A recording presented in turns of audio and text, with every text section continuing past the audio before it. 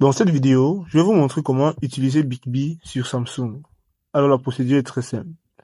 Pour commencer, il y a l'activation de Bixby. Alors nous pouvons l'activer via le bouton Bixby ou alors via la voix.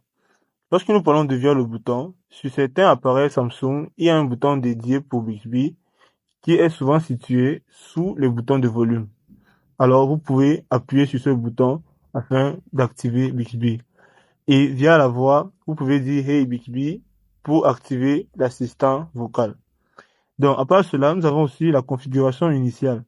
Lors de la première utilisation, vous devrez configurer Bixby en suivant les instructions à l'écran, qui incluent la connexion à votre compte Samsung et l'acceptation des thèmes et conditions. Nous avons aussi l'utilisation des commandes vocales. Une fois Bixby activé, vous pouvez poser des questions ou donner des commandes comme par exemple, quel temps fait-il aujourd'hui?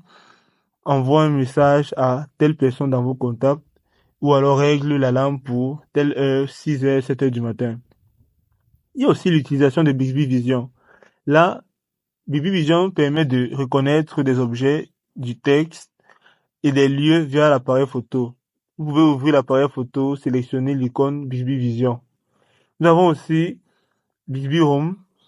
Là, vous allez glisser vers la droite sur l'écran d'accueil pour accéder à Bixby Home, une page qui regroupe des informations et des suggestions basées sur votre utilisation de l'appareil. Et là, nous avons aussi la personnalisation et l'apprentissage. Bixby apprend de vos interactions et s'améliore au fil du temps. Vous pouvez également personnaliser les commandes et les préférences via les paramètres de Bixby. Et nous avons aussi le contrôle des appareils connectés. Si vous avez des appareils Samsung SmartThings, vous pouvez les contrôler avec Bixby en disant des commandes telles que allume la lumière du salon ou règle le thermostat à 22 degrés, etc.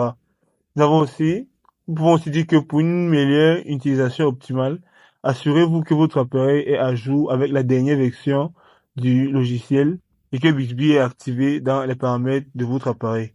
C'est aussi simple que ça.